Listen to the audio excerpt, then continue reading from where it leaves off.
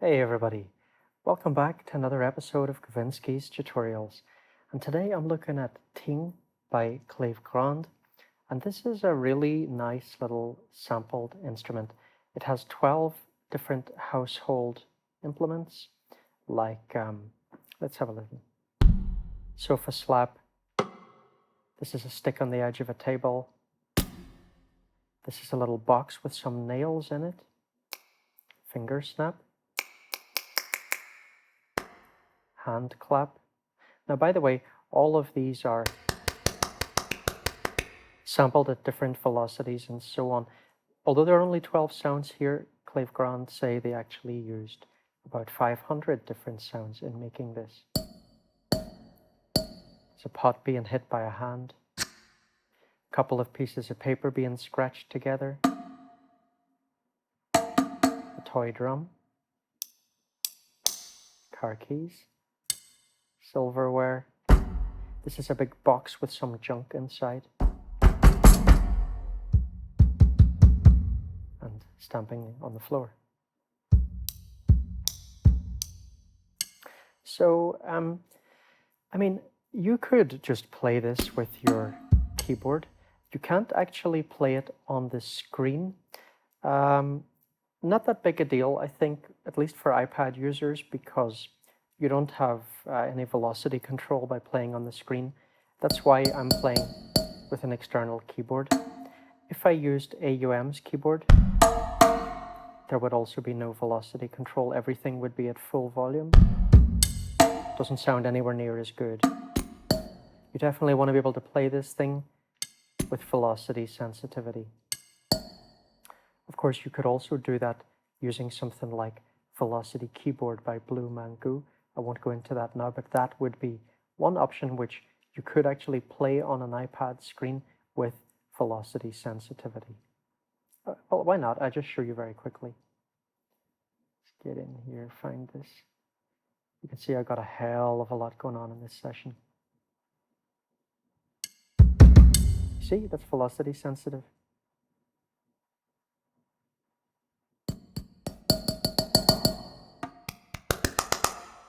Really useful app. Anyway, I'm playing with an external keyboard. So in the video today, I'm going to do a few things. The first thing is I'm going to just let you hear this in a little jam that I've been messing around with in the AUM here. And the point of this is to show you that we don't have to play Ting by hand. We can use generative MIDI or different kinds of MIDI to trigger it. So here I'm going to be using the app IoniRx to trigger it. And I'm also using IoniRx to trigger a bunch of these other instruments. And later in the video, I'm going to talk about my actual MIDI setup.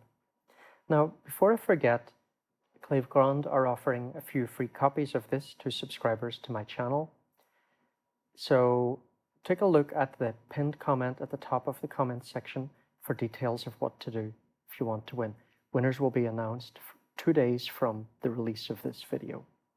If you're not a subscriber, you really should subscribe so you don't miss out on future videos, because I often have codes going.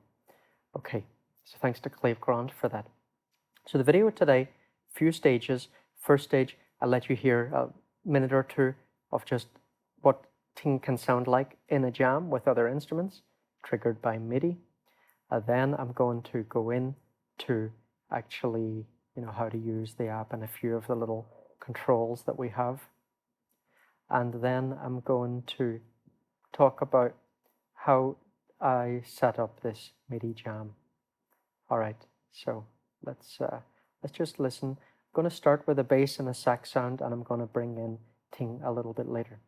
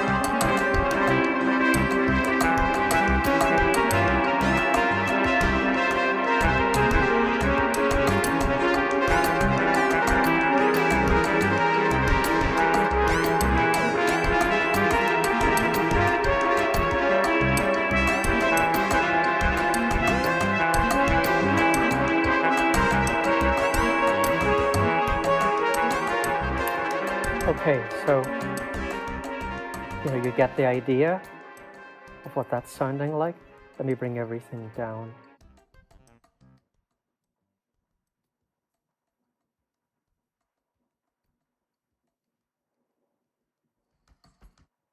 Okay, right, everything's down, good. So I'll go into the details of how to set up that jam later in the video. First, let's go back to that instance of Ting and talk about how things work here.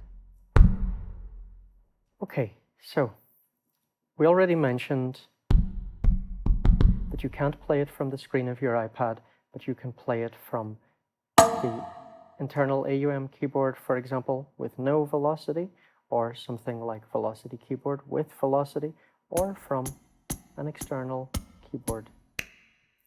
And when we press on one of the sounds, we get a little dialog that opens up. And here we can control, let's see, let me find something. Okay, let's listen to this paper scratch. So we can pan it. So, you could go through, I didn't pan anything here, but you could go through this whole thing and pan everything in slightly different ways to get a really interesting, complex sound. Now, if we double tap, if I bring this over, and then I double tap on that line, we'll get restored to default.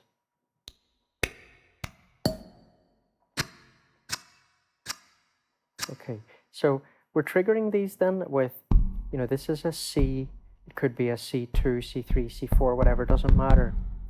This one's going to be triggered with a C sharp,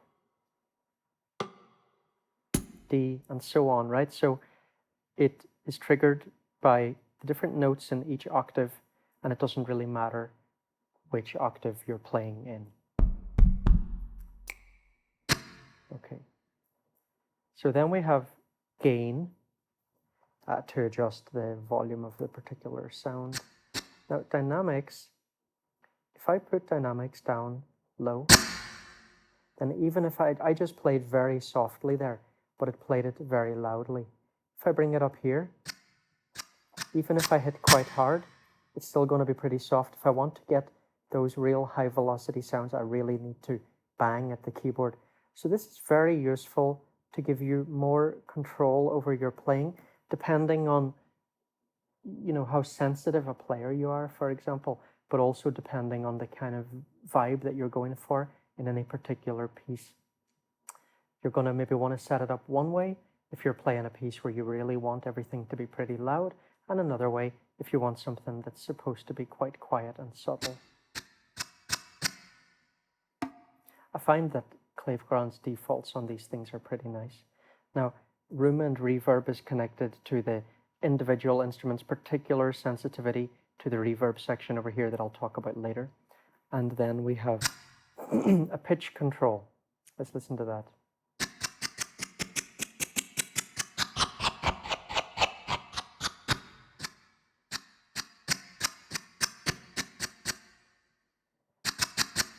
Okay.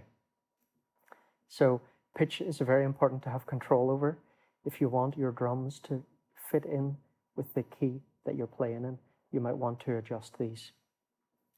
Especially things like the kick sound.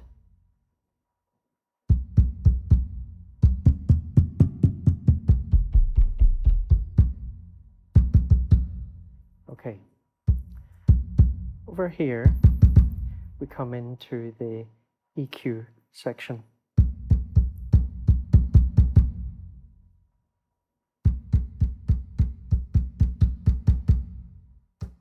So bass, mid,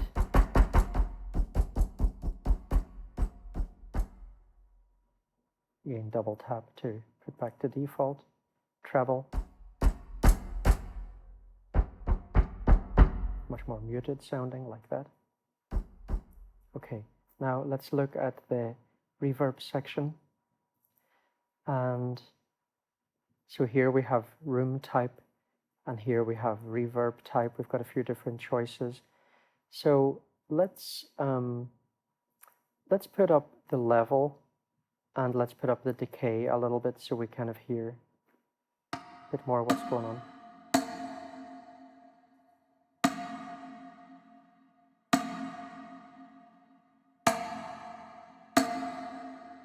You hear that sounds a bit brighter.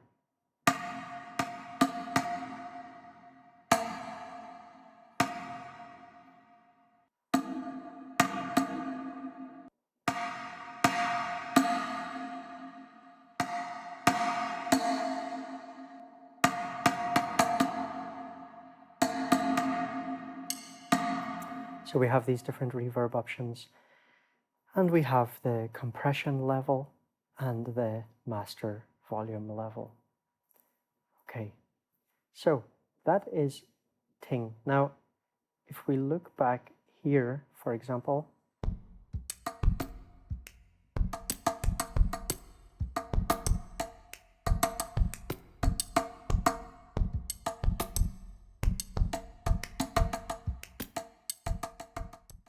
you can see that this is getting MIDI data from 3 different instances of Ioniarix.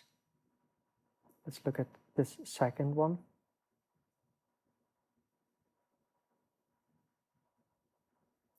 Okay, this is getting from Rosetta Scalar over here. I'll explain why in a second. And Rosetta Scalar is getting it from, actually, these instances are in fact the same as the other ones. It's a long story why I ended up setting another channel for this, but they're the same as the ones over here, which the other one is getting it from. Now, what is the, what's going on here? Why am I using Rosetta Scalar? Because here I can quickly transpose, and so it'll just change the instruments that are being triggered. So it's a way for me to very quickly set up another patch, but it's not going to be exactly the same as the other patch. And I've also applied a delay to this. Let's hear the difference.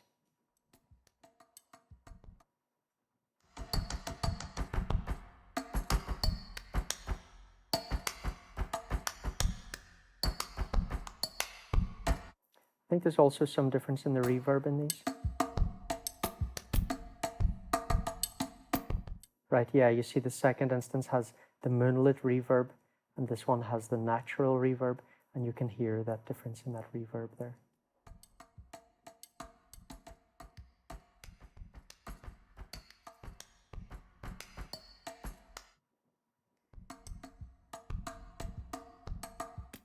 And you can hear that although the beat they're playing is similar, the instruments are slightly different.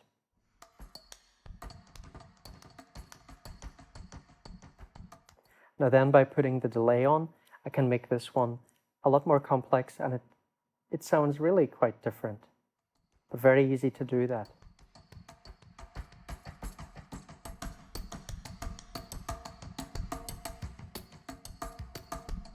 But I think the second one sounds better with just a touch of it, not too much.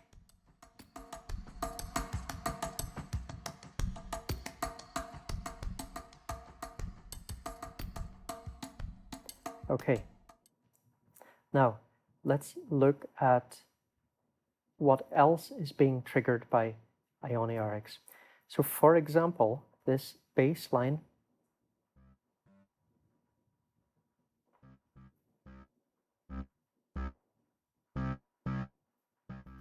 this is coming from Basilicious. So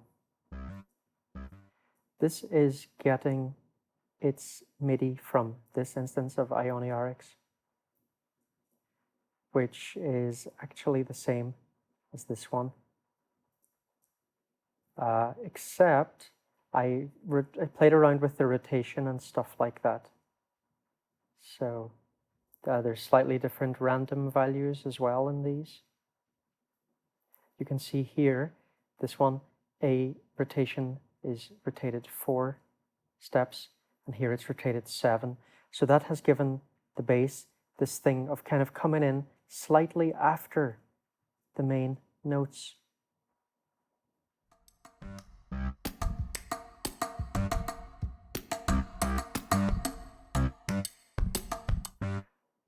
So that's given it a kind of funky quality.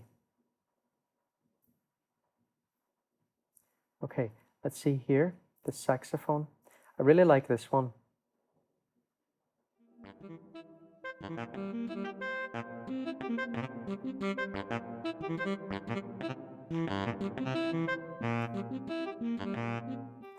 You know, this is a Blue Mango fretless sax. These things sound really realistic. The problem is, when you kind of play them on a keyboard, they just don't sound that great in general. I mean, a keyboard is not really designed to play a sax. So one thing you can do, of course, is use an MPE keyboard, but you can also get really interesting results by using different generative MIDI like this and throwing a whole bunch of different notes at it and then quantizing them to a scale. So that's what I'm doing here. This is getting its MIDI data from Rosetta Scaler 1.4. Let's go over there.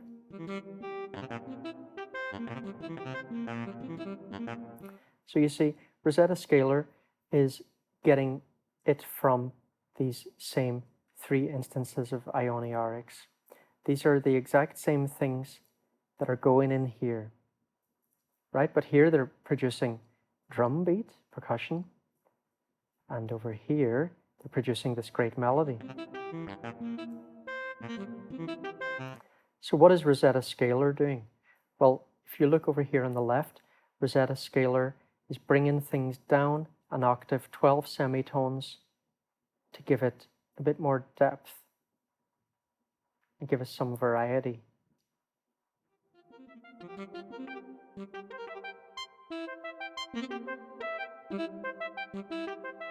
Right, I really like it pitched down. Listen to the pitched down one.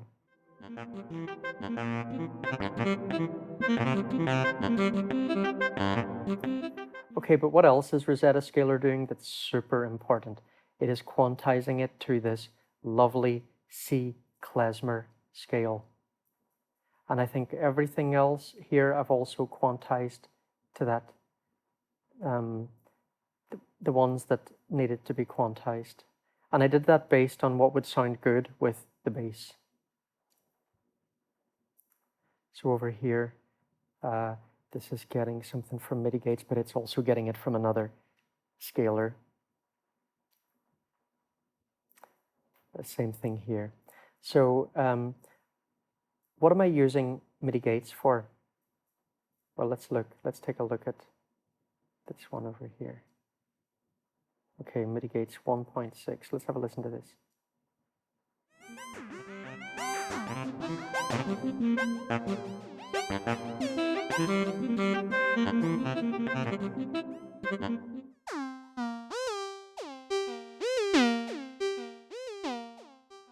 So this is an instance of Ripple Maker or Ripple Maker, not sure of the right pronunciation, by Brambos.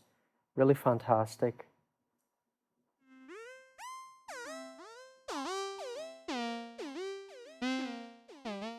So sometimes I like to run this through a little bit of reverb.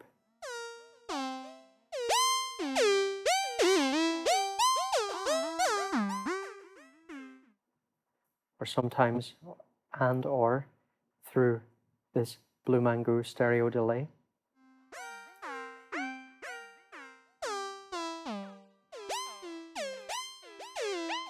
And I mean, this patch is already really nice, but using the stereo delay just really brings it to life and helps it to stand out in the mix.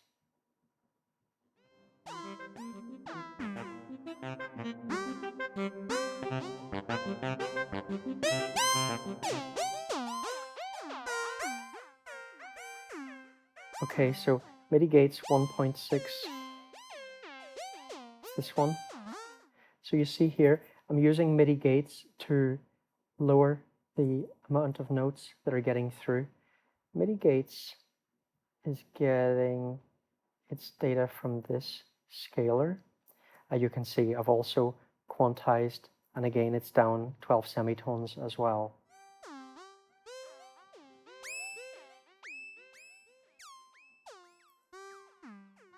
Okay, so both that and the sax are down an octave and both quantized to this scale. Now, mitigates is really important here because this would be just too full on if it was at 100%. Listen to this at 100%.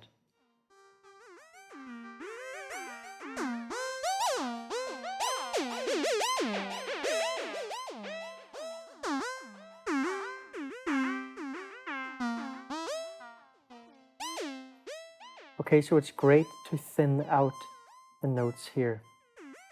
And so you can see, again, both this and the sax are getting exactly the same note input from these three instances of Ioniarix. Now, why do I have three instances of Ioniarix? Well, we've got some differences here. First of all, obviously I'm playing different notes into each one. Well, why don't you just play them all into one, you might ask. The thing is, they're doing different things. Like if we look at this first one, we have two different patterns that are being played. So A is triggering notes 8 times in the space of 1 bar, and the B pattern will trigger 12 notes in the space of 1 bar. So we get these polyrhythms, but I'm putting the randomization of both of those down. So that's going to randomly prevent some of the notes getting through. So that's going to, again, thin things out, but it's also going to create variety and make things more interesting.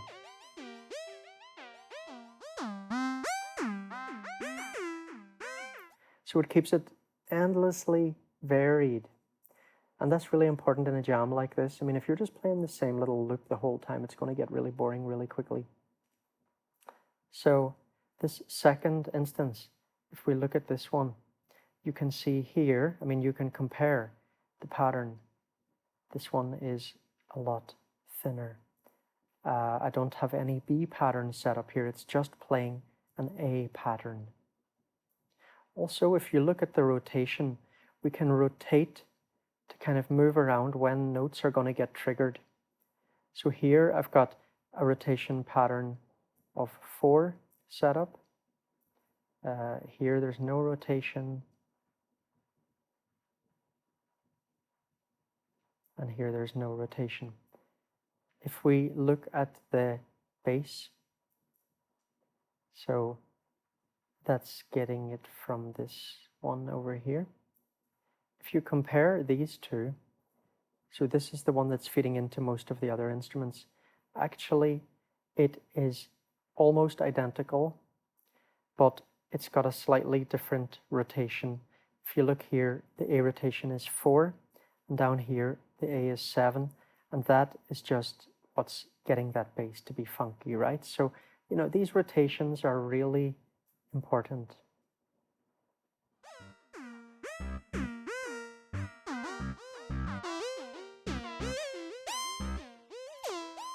And that's the kind of thing that can take some time of playing around with to come up with something that's going to sound good. But it's really interesting when it does come together. I really love when that happens. Now, here, this is pretty cool, I think, this one. So here we have I fretless brass, and it's going through object. Okay, let's have a little listen.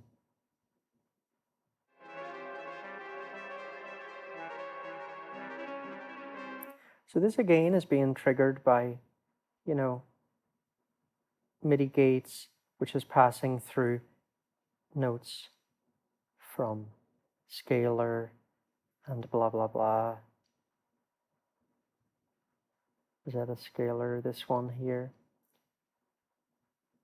This one is just getting instances from, or notes from this instance of Ioniarix.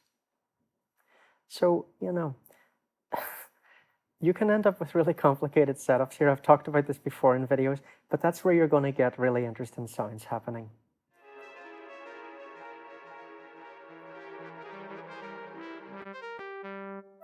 So that's the dry one.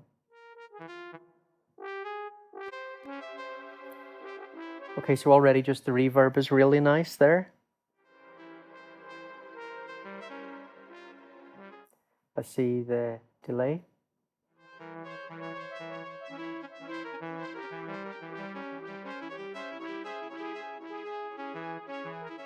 did a video on this recently. I've also done a video on IoniRX. Go and check those out.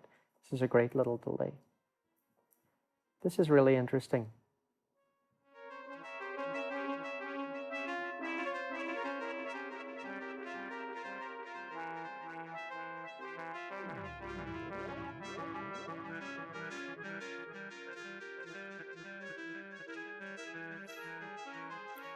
So this is a resonator.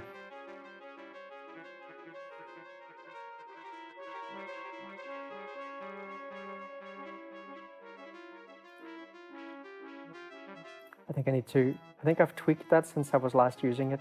It sounds a bit distorted now, so I'm just going to leave it out. But it can sound great with this when you get it set up right.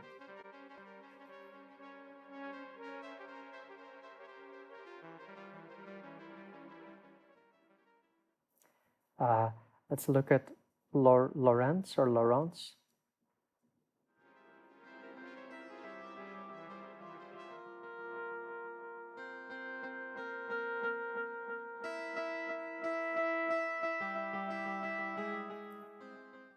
So this is getting data from MIDI gates 111.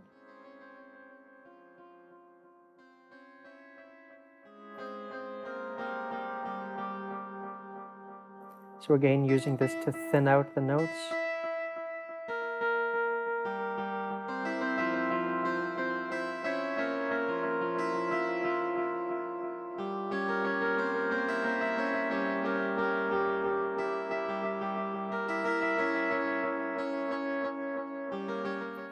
It's getting data from this instance of scalar. So again, I can transpose on the fly while keeping things within this C klezmer scale, so everything will fit together and not sound crazy chaotic.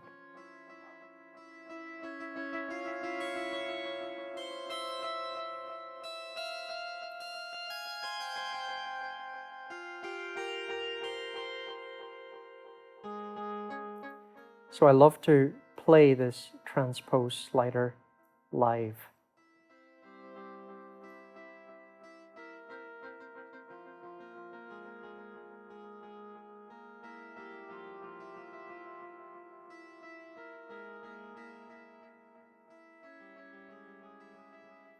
You can see here that basically I have just played in pretty much an octave of notes, and I'm just allowing Rosetta Scalar to turn that into harmonies. Brilliant, I love this app.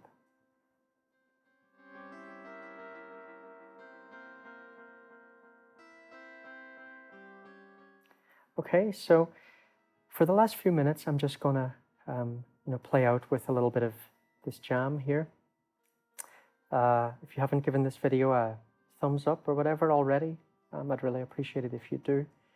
And don't forget, if you're watching this at the time of release, you've got a chance to win the app. Take a look in the comments section, and feel free to write in the comments, ask questions, make comments, whatever. Got a nice lively comment section here. Okay, so I'll just get this down. Let me see my levels. Okay. I'll just mention, by the way, why I'm bringing in the bass and the sax first is because all of this is just running generatively, and things are coming in at different times. It sounds better in general to bring the drums in later when the bass has kind of had a chance to sort of start sounding kind of together. What I found is that if I bring in the percussion first and then try to bring in the bass, it might sound really weird. But obviously, this is just a jam. So if you wanted to develop this, you could take all this MIDI into a DAW and, set things up that everything would sound perfect, everything coming in at the right time. So this is the nature of these jams. I mean, it's what's interesting about them. It's challenging to try and get everything to sound right together. Sometimes it's going to go a little bit wonky.